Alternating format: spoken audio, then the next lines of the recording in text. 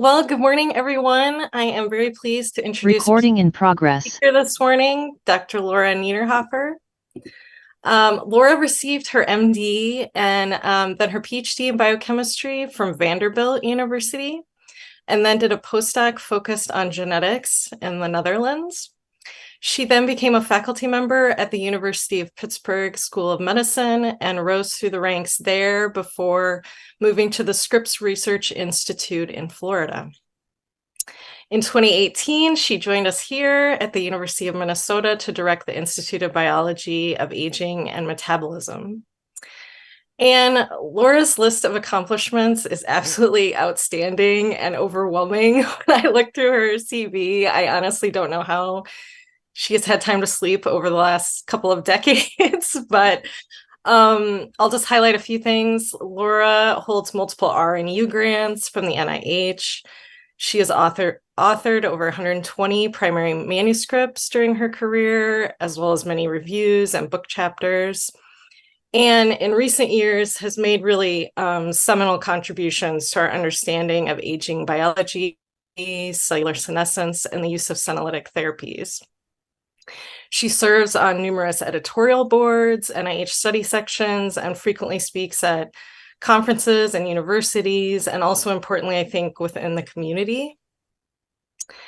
And I'll also mention that Laura has mentored over 100 trainees and also takes the time to mentor junior faculty. And I know I have certainly benefited from her mentorship as we work on projects focused on the interplay between the immune system and senescent cells in aging hosts. And I just have really appreciated her enthusiasm for the science and the ability to lead a team in such a thoughtful and productive way. And it's really taught me a lot. And so I'm grateful to work with her and learn from her. So with that, thank you, Laura, for joining us this morning. And we're excited to hear what you have to share. Well, thank you so much, Sarah. That was a really thoughtful introduction. I'm really grateful. And hopefully we'll be sharing a PO1 grant very soon so that you literally can't get rid of me. So that would be fabulous. So, and thank you very much for this invitation and opportunity to share our science with you. I'd like to tell you a little bit about what we're up to at the Institute on the Biology of Aging and Metabolism. We've had very generous support from the state of Minnesota and the School of Medicine. And we're trying to build out a community of scientists interested in aging biology. So my job today is to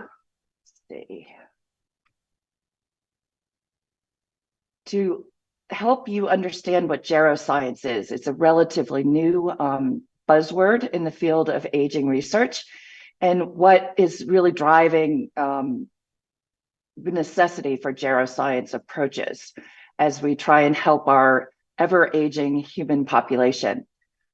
We are particularly interested in developing drugs to target senescent cells, so I'm going to tell you an awful lot about them, and then talk to you about the resources that IBAM has to support interdisciplinary research.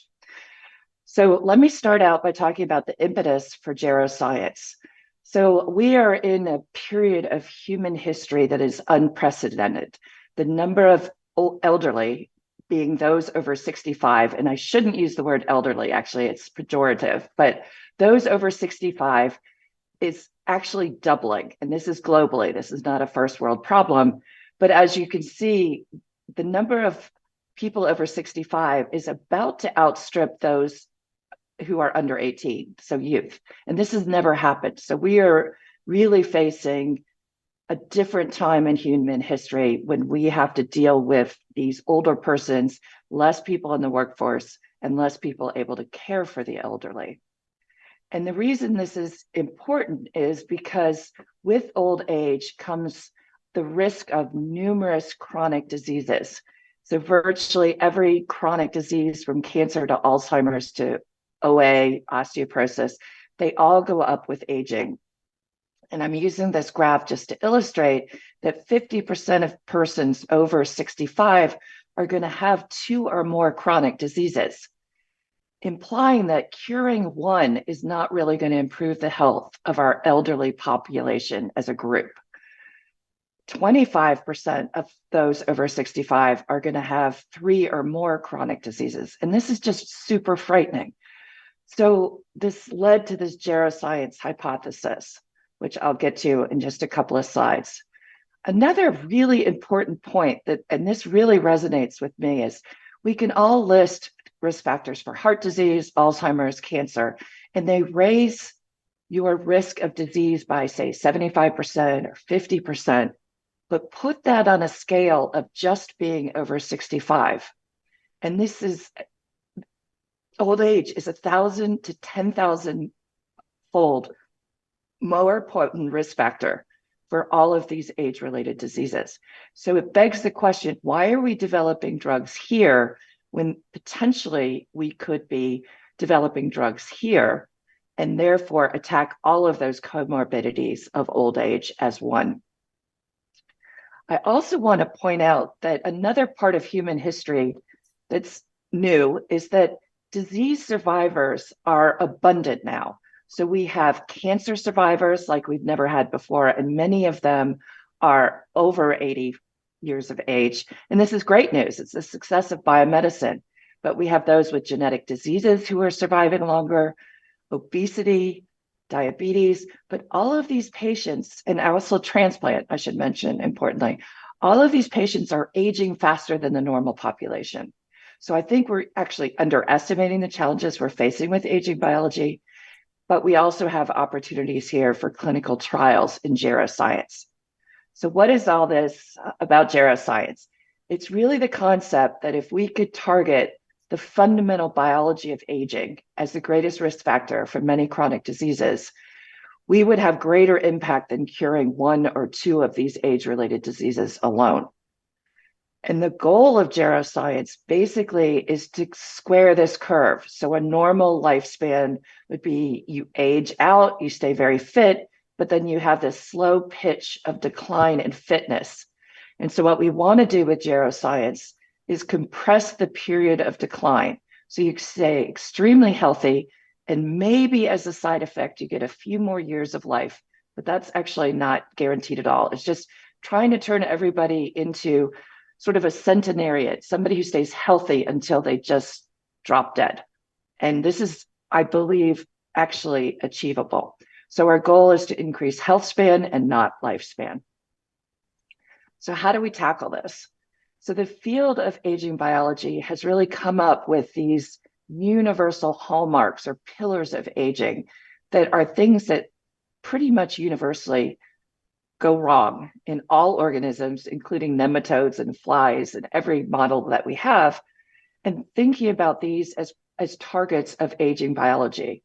So what's interesting is very recently in this paper, they ranked ordered these. So these are sort of the primary drivers of aging. They then lead to a response at the cellular level, and these also universally go wrong with aging.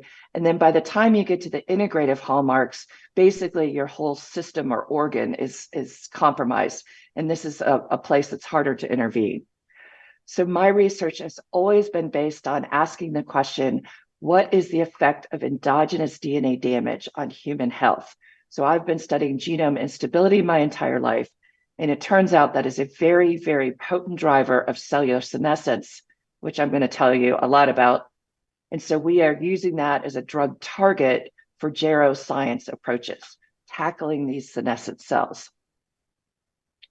So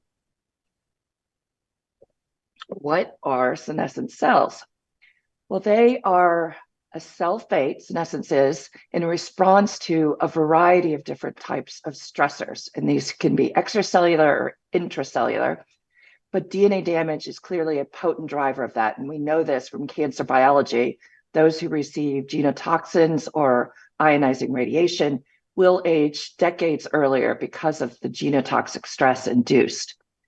And when a cell experiences this kind of stress, the first thing it does is it turns on cell cycle inhibitors. So P16, P21, and P53 are all stabilized or upregulated. This halts the cell cycle stably, and the whole point is to avoid tumorigenesis.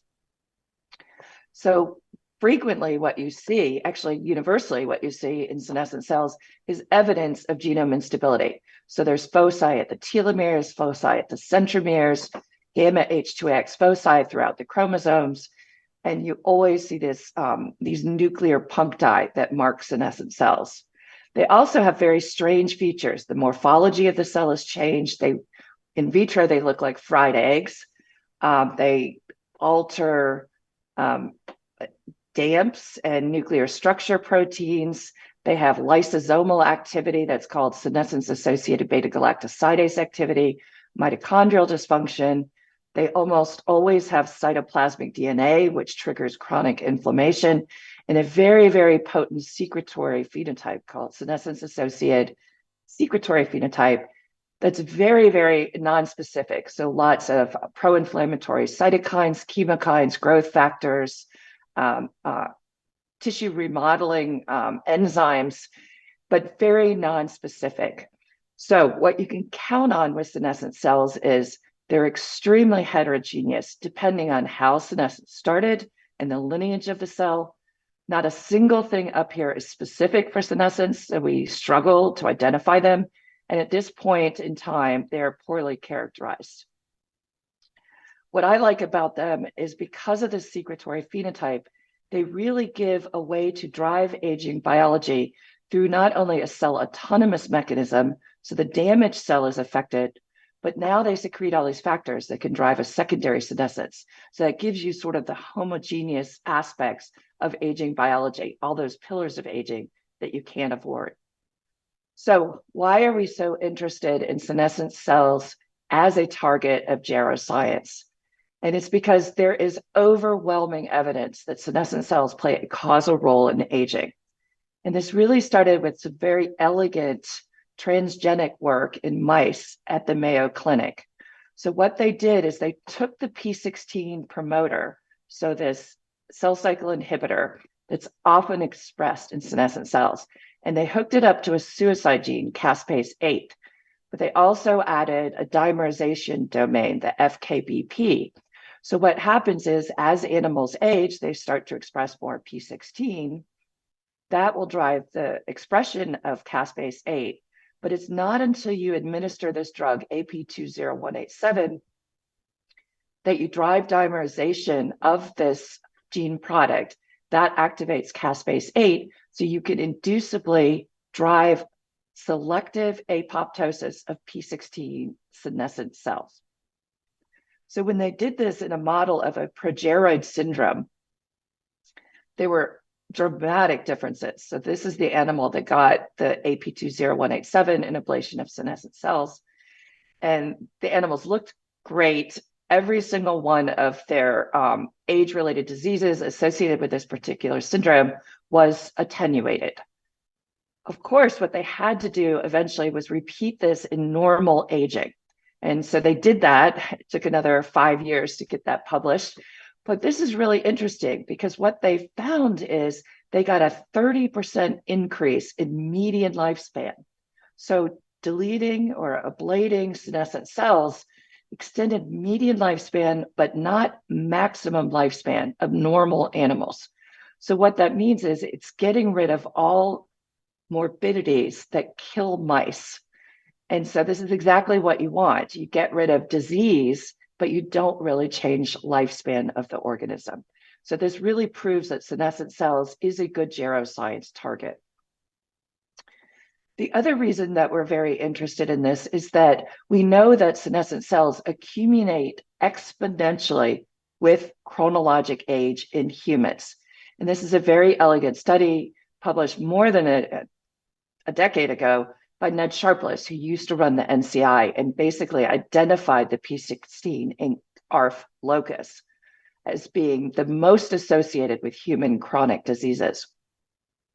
So what he showed is that particularly if you isolate the CD3 positive blood cells from PBMCs, you find this dramatic increase in P16 with aging. And so this is the golden standard of interrogating whether patients have high burdens of senescent cells. And we honestly have nothing better ever since. So we use this quite frequently. The good news is this trajectory of human aging is actually modifiable. So if you are a current smoker, you will increase the slope of this curve. If you are a chronic exerciser, you will actually decrease the slope of this curve. So that gives us great hope that there could be drugs that would achieve the same thing. It also turns out that senescent cells are extremely easy to target. So what we have been doing in IBAM, particularly in the lab of Paul Robbins, is developing drugs that will clear senescent cells, and those are called Senolytics. We were actually the first to describe these in collaboration with our colleagues at Mayo Clinic in 2015.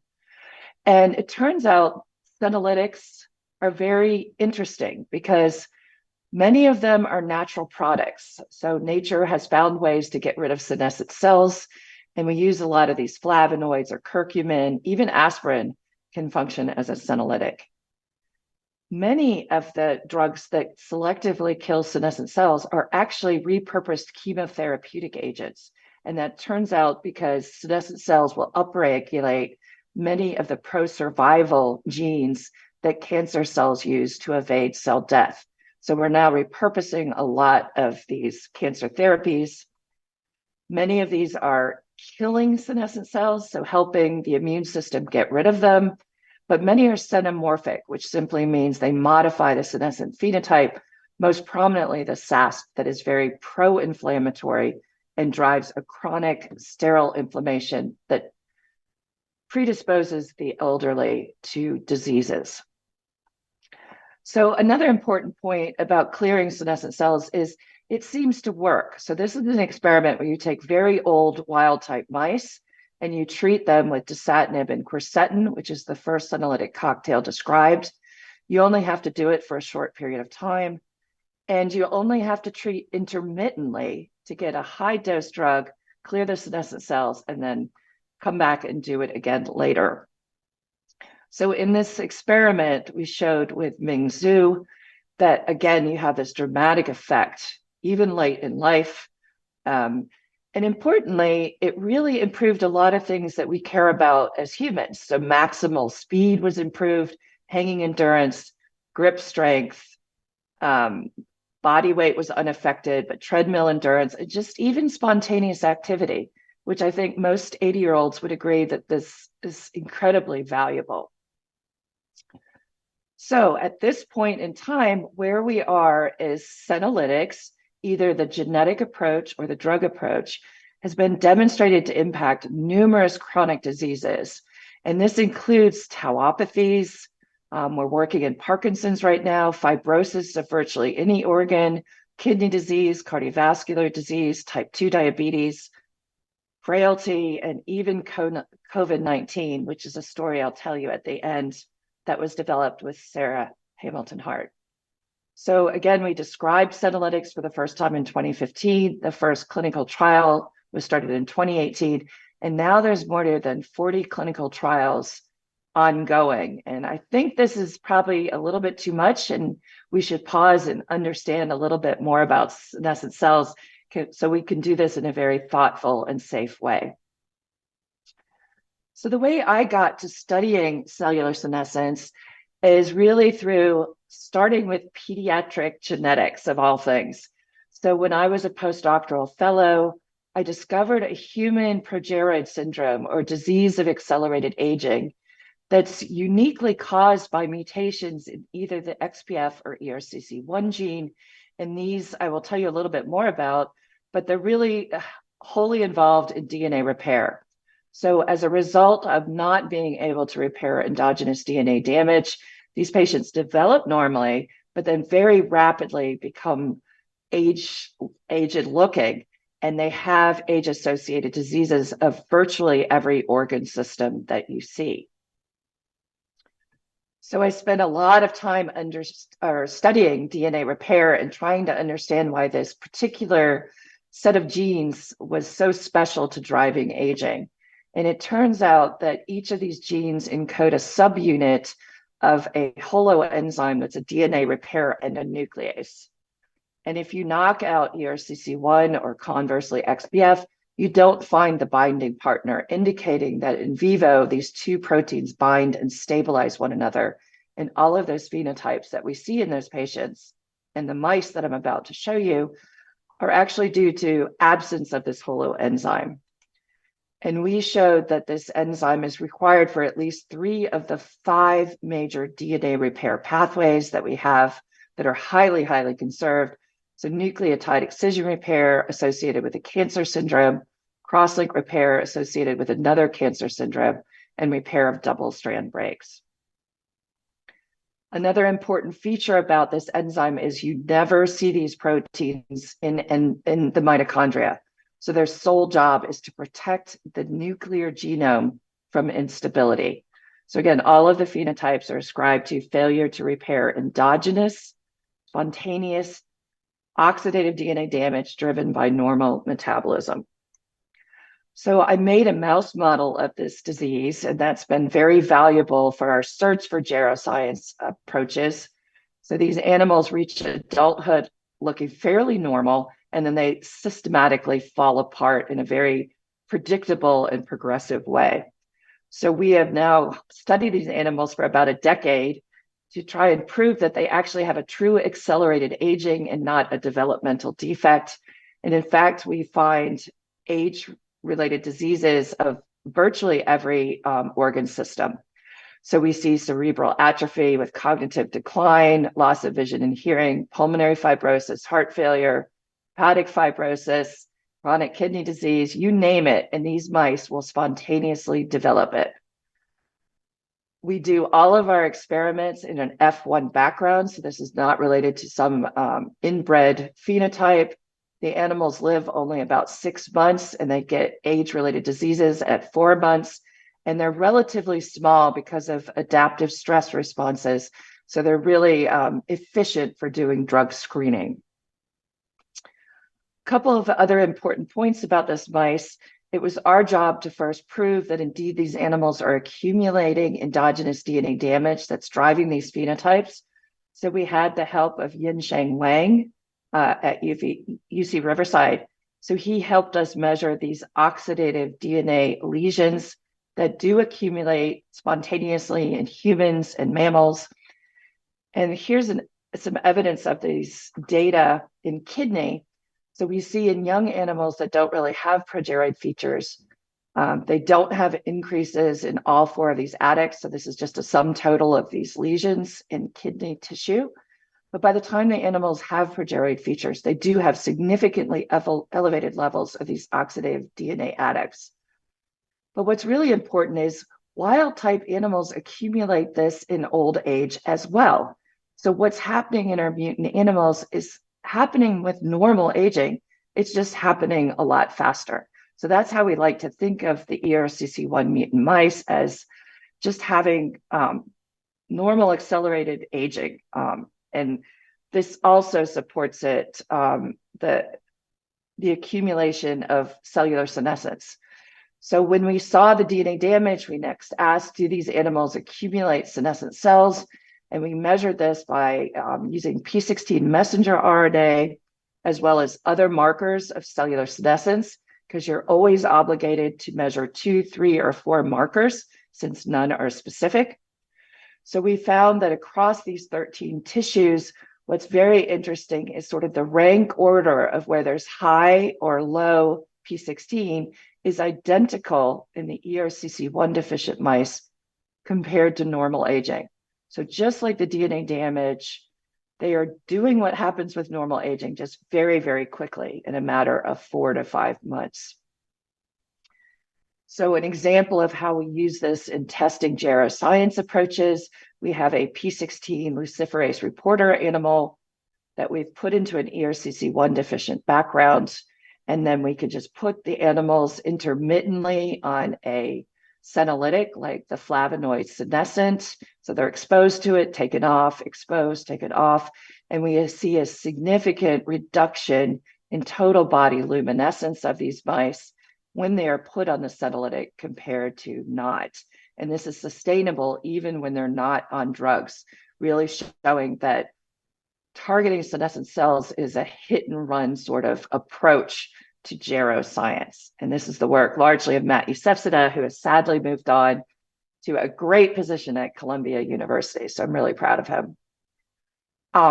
Going back to the hallmarks of aging, we've also taken apart the ERCC1 deficient mice and found that even though we're starting from this vantage point, virtually every other of the hallmarks of aging is ultimately affected, with the exception of telomere shortening. That does not happen in ERCC1 XPF deficiency. We've also used geroscience approaches that target epigenetic changes or nutrient sensing, mitochondrial dysfunction, stem cell exhaustion, and chronic inflammation. And if we treat any of these, we can actually improve the health of our ERCC1 deficient mice, illustrating that all of these hallmarks of aging are intimately intertwined, and you could target any of them to really have a great effect. So I should point out, we're now putting these mice into a background of having Alzheimer's pathology, Parkinson's pathology, cancer biology, or immunosenescence, and trying to understand how to put all of these in an age-related context and see if we can find therapeutics that work in these mouse models. The other thing we're heavily invested in is trying to do tissue-specific deletion of ERCC1 to ask some really important questions like which senescent cells are the most deleterious. So at this point in time, we have knocked out ERCC1 in differentiated myocytes, podocytes, beta cells, the central nervous system, et cetera. And what's really intriguing is in every single case, we get an age-related disease. So I think it really shows that endogenous DNA damage is a major driver of human aging. So we can use these animals to say what drives senescence in vivo, where can we target senescent cells, and are there any downsides of doing so? I should also point out that we've really gone off the deep end and are now tackling tissue-specific deletion of ERCC1 in every cell type in the hematopoietic system and in the central nervous system. So we have a lot of mice if you're interested. So let me give you a few examples of these results. So we've deleted ERCC1 in differentiated myocytes, really hoping for a murine model of sarcopenia. And what we got instead was cardiomyopathy. So much to our surprise, using the creatine kinase muscle-specific promoter of CRE, we killed the mice pretty effectively by 7 months of age. And it turned out they had a dilated cardiomyopathy. So what's important to note here is the mutant animals have a perfectly healthy looking heart at 2 to 3 months of age, and then they fall apart. So these are really degenerative diseases associated with this deletion of DNA repair.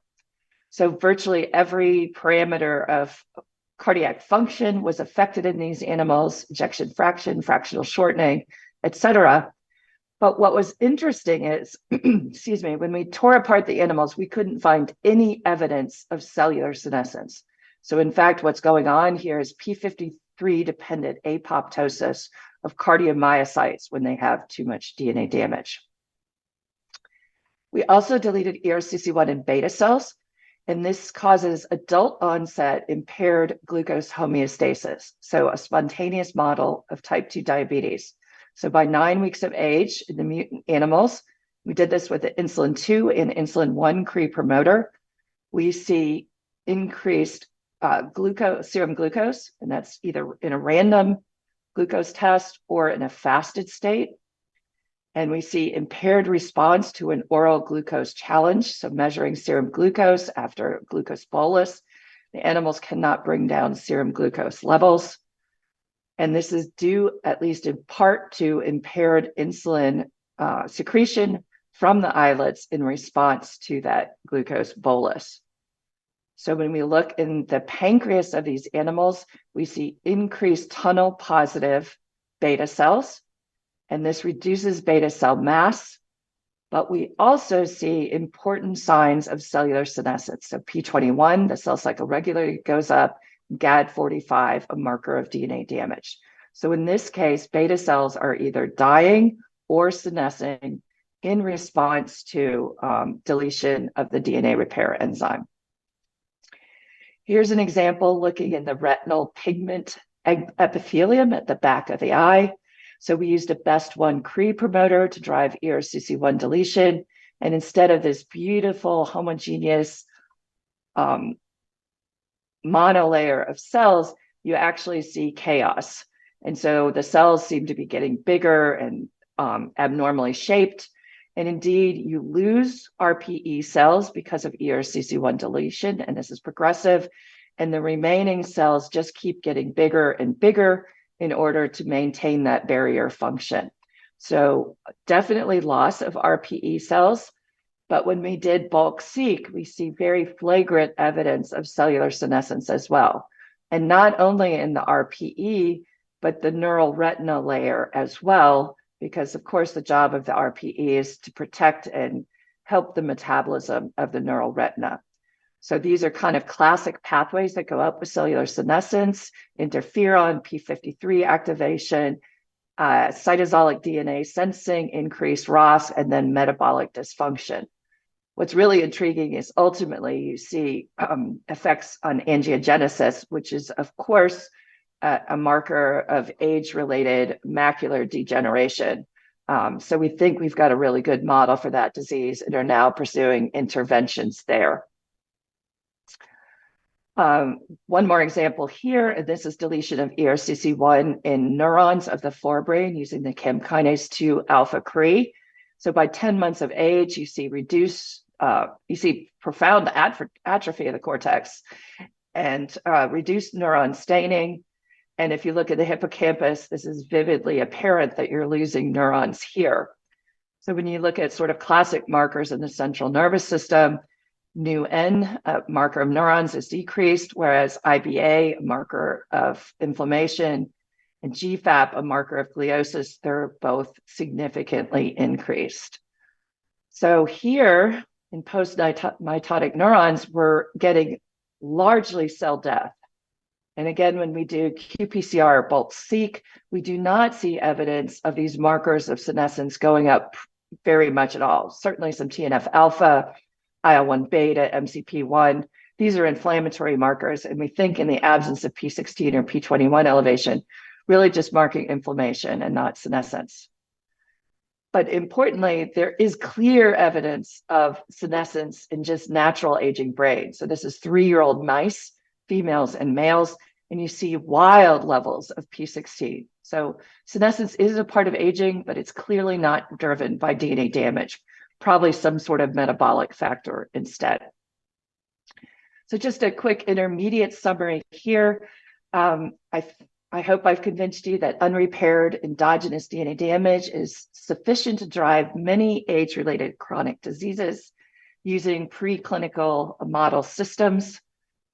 This is also clearly a driver of cellular senescence in vivo, and that's really where things stand. The net sharpless assay is lovely, but we really don't know what drives senescence in humans predominantly, but I'm going to place my bet on endogenous DNA damage.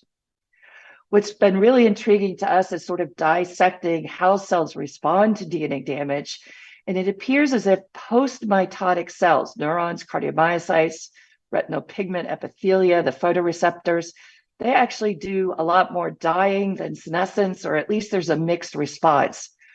And this is intriguing because a main feature of cell senescence is a halt of the cell cycle. And so if you're post-mitotic, you don't really need to do that. So this is in sort of keeping with the definition of cell senescence. But my main bet is actually just that all of these cell types are incredibly metabolically active. And so I think they are very vulnerable to cell death and maybe senescence by other means than DNA damage. We'd love to know how DNA damage triggers a division in how a cell responds. Are you going to apoptose or are you going to senesce? And we have no idea if it's a particular type of lesion or just a threshold level of DNA damage. But what I think is definitely clear is that we're going to need to invest in spatial mapping of senescent cells to figure out exactly what's going on. And that's what we're invested in now. So let me turn quickly to some clinical applications of some of this work. So going back to the Ned Sharpless assay, we know for a fact that these senescent cells are accumulating in our immune system with human aging. So the last model that we made of ERCC1 deletion is deleting it throughout the hematopoietic system. And this is using the VAV-ICRE promoter. And again, here we have a mixed response to deletion of DNA repair. So this is just showing a peripheral cell blood count. And in young animals, PBMC levels are absolutely normal, but you see an attrition as animals get older, and this is progressive.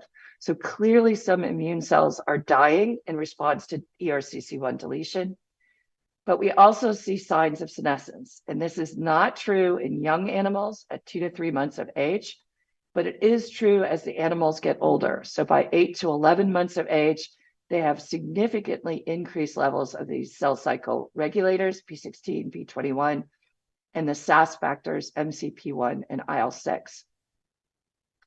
And in this case, we've added just normal aged wild type mice, so 2.5 years old. And you see this is part of normal aging as well. So senescent immune cells. And we used CyTOF with the help of Ingun Stromness to look at P16 levels in each of the different cell compartments in the immune system. So we definitely see elevated senescence in T cells, B cells, NK cells, and monocyte macrophages. And we're very interested in deciphering which of these drives the phenotypes of these VAV-ICRE mutant animals.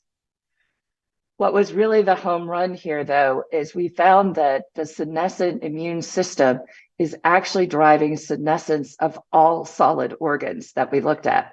So we see elevated P16 levels in the aorta, lung, liver, pancreas, etc. And it is actually elevated P16 in parenchymal cells. So we see by FISH, P16 messenger RNA, labeling cells that have high levels of KSP cadherin, which is a marker of renal tubule epithelial cells. So immune cells, when they become senescent, can drive secondary senescence in solid organs. And this is actually adequate to damage those organs. So we see elevated liver function enzymes like ALT and AST in the serum. We see proteinuria in these animals, indicating renal function in addition to the liver function, elevated serum amylase, the pancreatic damage, and we also see increased glycosaminoglycans in the discs of these animals and impaired muscle regeneration in response to a toxic challenge. So here's 5 organ systems that are damaged by senescent immune cells. And in fact, the VAV-ICRE mutant animals actually have a foreshortened lifespan. So an aged senescent immune system is part of killing you, unfortunately. So we're accusing senescent immune cells of driving senescence in trans, and to prove this, we did adoptive transfer. We would take splenocytes from our mutant animals, here in red, or just aged wild type mice, put them into a senescence reporter animal, and measure total body luminescence. And we see a significant increase by a week out after transplantation from the mutant mice or from aged wild type immune cells. And this lasts for about 5 weeks. When we examine organs of the recipient animals, we also see elevated levels of P21 and serum SAS factors. So this is leading to a systemic response and a very potent response in after transplantation. So we do think senescent immune cells are some of the most deleterious, and we're now developing drugs to target them. So just to, wrap up and come back to the geroscience hypothesis, this was one of my absolute all-time favorite collaborations with Sara and Steve Jamieson, exploiting their very unique normal microbial experience paradigm, where you pair our pathogen-free experimental animals with pet store mice. And much to our horror, while the immunologists can use these young mice that survive the experience, aged SPF mice exposed to these environmental microbes, 100% of them die within 2 weeks, which is pretty astonishing. And by serendipity, we had done this right before the pandemic. and realized what killed these animals is actually transfer of mouse hepatitis virus, which is a beta coronavirus.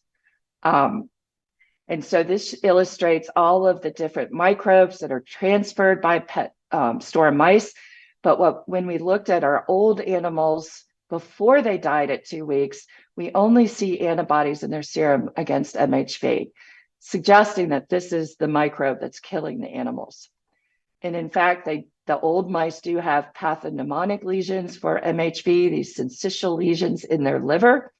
And you do not see this in the young animals. And this, of course, stains positively for MHV. Work done by Jerry O'Sullivan. So Sara did this incredibly clever experiment where she inoculated young and old wild-type animals with a sublethal dose of MHV prior to exposure to the pet store mice. And this was adequate to rescue the old animals for death. So really proving that it's MHV, this beta coronavirus, that's killing the old wild-type mice. So just like old people that were vulnerable to coronavirus, here we've got a system to test senolytics.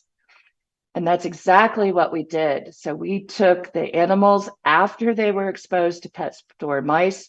We gave them our favorite senolytic, which is this flavonoid fisetin, after the exposure and only intermittently.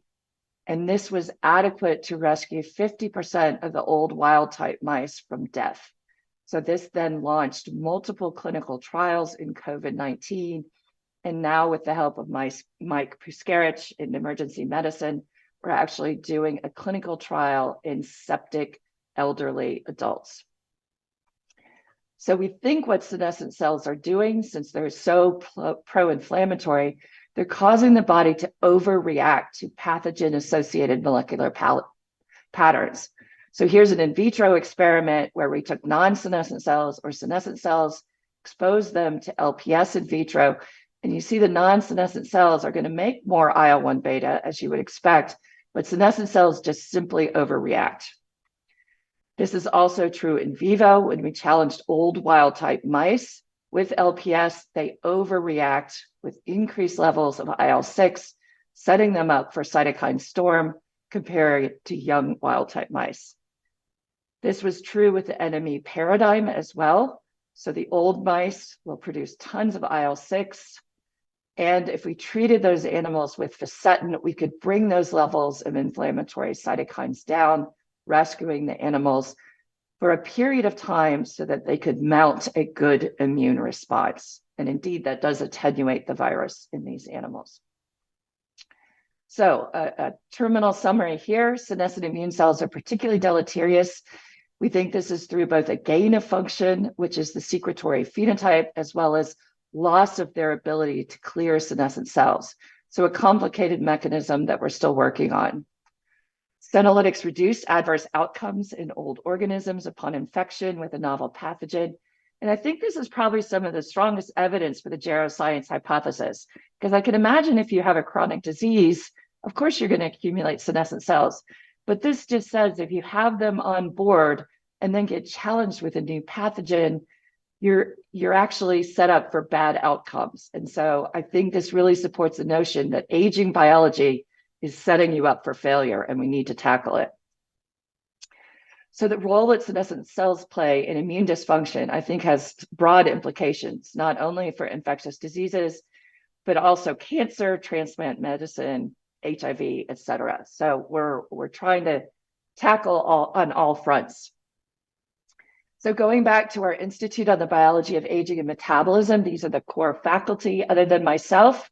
And we've all been really invested in setting up cores to help people study geroscience.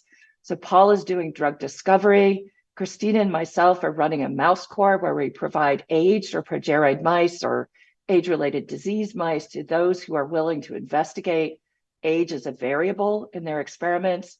Xiao Deng is a brilliant bioinformatician who is providing help with aging questions in bioinformatics. Matt Gill is an expert in C. elegans, and he is running a worm core where people can very rapidly ask questions about genes or drug targets before investing in mouse models. Lei Zhang is helping with the bioinformatics core, And Xavier Ravello from the Department of IBP has recently joined us to build out CyTOF as an analysis to help folks measure cellular senescence in dissociated tissues. We've also worked with Doug Yee in the Masonic Cancer Center to develop the Ned Sharpless assay. So the core at the TTL will do this for you if you have any human biospecimens.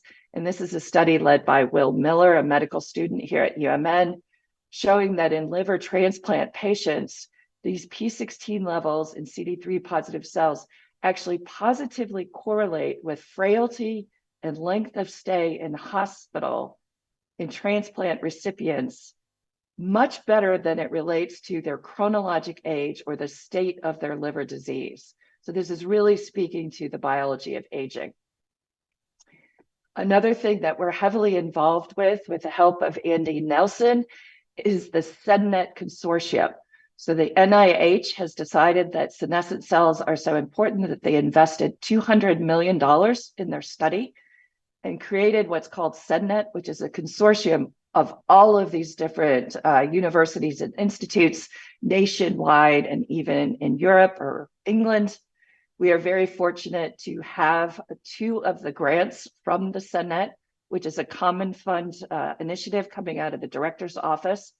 So we're actively involved in mapping senescent cells, and it's my dubious duty to run this consortium for the next 2 years. So I apologize if I don't answer emails promptly. But the vision of SENNET is really to identify and functionally characterize the heterogeneity of senescent cells across 19 human tissues and across the lifespan of humans at the single cell resolution. That we've been heavily involved in developing spatial technologies and have contributed to the acquisition of the nanostring geomics and cosmics that are now in our genomics and imaging cores at UMN. So what SENNET is going to do over the next 5 to 10 years is create this human atlas of senescent cells using mice as model systems, developing new imaging tools, build this 4-dimensional atlas, create new biomarkers so we can incorporate the study of senescence into clinical studies, and come up with validated perturbations or signatures through AI. So with that, I'd like to acknowledge my colleagues both in IBAM and the Center for Immunology or at the Mayo Clinic that contributed to the exciting stories about immune senescent cells and the response of aged organisms to environmental pathogens. Very grateful to my lab. I've got expert project managers and postdocs running all of the P and U grants that we have. We have an exceptional mouse team that is doing all the mouse work, neuroscience team, informatics individuals, 3 graduate students, and a lot of undergrads who are going to take over the world someday. So we're grateful to funding sources, including the state of Minnesota, NIA, and the SENNET consortium. So with that, I'd like to stop and have any discussion or questions that you have, please.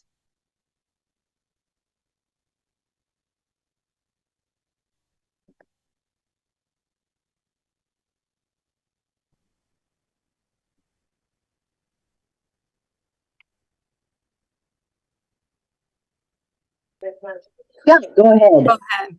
Scott, I saw your hand first. Yeah, Laura, I was really interested in that list of senolytic compounds. A lot of those natural products, we see those names coming up a lot for, a lot of different indications. I study prostate cancer. Many of those natural products have been shown to inhibit in some way, shape, or form my favorite protein, the androgen receptor. And I know when we started working on drug development in our Center for Therapeutics Discovery and Development, Mike Wilson had written a review article where a lot of those natural products were called pan-assay interfering compounds, or PAINs as they called them. And so is that the nuts and bolts of how these compounds work? Is they're senolytic compounds with these broad effects, and what is the target in the cell or set of targets in the cell by which they work? God, the $1 million question. That's great. You raise a really good point, and that is that these are all sloppy drugs. And we are of the opinion that that's a good thing. There is no one pro-survival pathway. There is no one mechanism by which cells become senescent. So their antioxidant properties, metabolic improvement, senolytic properties, I think these all weigh into it. And even dasatinib is pretty sloppy. It's kind of a pan kinase inhibitor. And we think that works to our benefit. What that also means is big pharma is not the least bit interested because we can't name a singular critical molecular target. And the only example of a targeted senolytic is a BCL2 inhibitor at this point. But they come with a lot of side effects. And so it's a tricky pathway that's got a lot of hurdles to it. And it's unclear what the best way to get big pharma and the FDA involved. And so at this point in time, every one of those clinical trials is academically run, which will have to change at some point. So we're always looking for novel ideas. We're trying to make proprietary analogs of fisetin and other flavonoids. But it's a big several hurdles to drug development here. So Okay, thank you very much. That was a great answer. Zoe? Hi, good morning. This is a fantastic talk. Maybe you answered this already during the presentation, but maybe towards the end you alluded into this. But so is there any studies done where what is the distribution of this, like of the senescent cells throughout your system? It's like, are there any particular regions that are more, heightened or prone to it? And then if so, are there any particular probes that you can develop so when you can actually give it to a patient and see the distribution, where is the most likelihood that you will have this, probability of having this senescent cell to target it more efficiently, right? It's an excellent question, Zoe. And that's exactly what we were trying to do by making all these tissue-specific mutant animals, is trying to figure out where do you get senescence first. And it's turned into a morass. And I think you're going to give Andy like side stitches here from laughing, because we are jumping into SenNet with the charge of the federal government to map these senescent cells throughout the body, find where they happen first, find unique molecular targets so we can target them. And we don't know what we're looking for at this point. There is no specific marker. I mean, this is the most challenging biologic job you could possibly have in research. And so we are fishing around, casting around, trying to measure 17 different things at once to answer that question. And it's an incredible challenge. So Andy, you might even want to elaborate on that. Yeah, no, I as so I was saying that, I was like, that pretty much sounds like the objectives of SenNet right there. It does. Where are these things? What microanatomic regions and structures do they emanate from? And immunologically, what's going on in those, and how do we measure them, and how can we potentially measure them with imaging downstream or other serum biomarkers? Yeah, hopefully in 5 or 10 years, SenNet has the answers to all of those questions. I was going to say that we got to know what we're looking for first, and then we also have to keep developing these platforms, because all of these, spatially resolved platforms, there are still just tremendous technological limitations to what they can and cannot do, and a lot of us are still learning. Everyone in SenNet is still learning as we use them. So Laura, my question was, we talked a little bit about the SenNet meeting, and you hinted at it, but the kind of the seminal review of senescence that you cited doesn't necessarily put fibrosis in anywhere on that wheel, the hallmarks of senescence. And as pathologists, we think about fibrosis as one of the most kind of fundamental, basic pathologic reactions in a human body. And I've been kind of wrestling with it. Is fibrosis a terminal end state or a product of the senescence process, or is the fibrotic process itself really kind of also potentially a driver and a therapeutic opportunity? So I'm just wondering kind of what your thoughts are on that. That is a great question. And I don't think we have the answer to that at this point either. We actually had funding from Pfizer to look at the role of cellular senescence in liver fibrosis. Yeah. Pfizer collapsed recently, so that's not going anywhere further.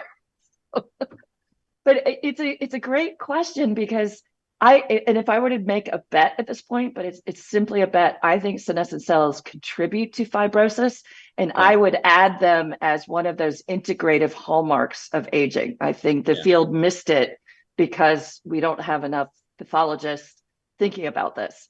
So I would guess that senescent cells contribute, but they're not the only way to get there for sure. But they will definitely exacerbate it.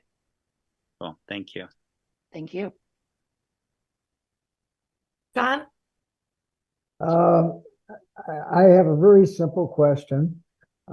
Based on this wonderful work that you and your collaborators are doing, why do we still have 65 as a standard retirement age? Yeah, it's really silly. And that's the thing. We actually did a fundraiser last night to think about aging biology and get folks thinking about it, because and the question keeps coming up, what are the economics of that? And the economics are incredibly valuable, because definitely we could make people healthier, able to work longer, able to contribute to society and the economy. And yeah, it's absolutely silly. We need to modify it. It's a great question. Thank you. Thank you.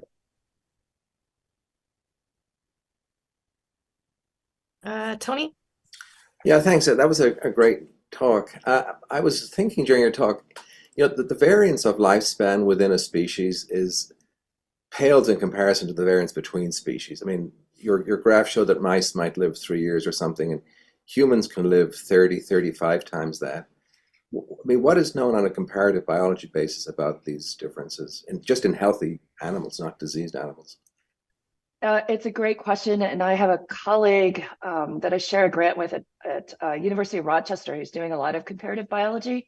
So she works primarily with naked mole rats, which basically are mammals that are pretty much immortal unless they're killed off by a predator.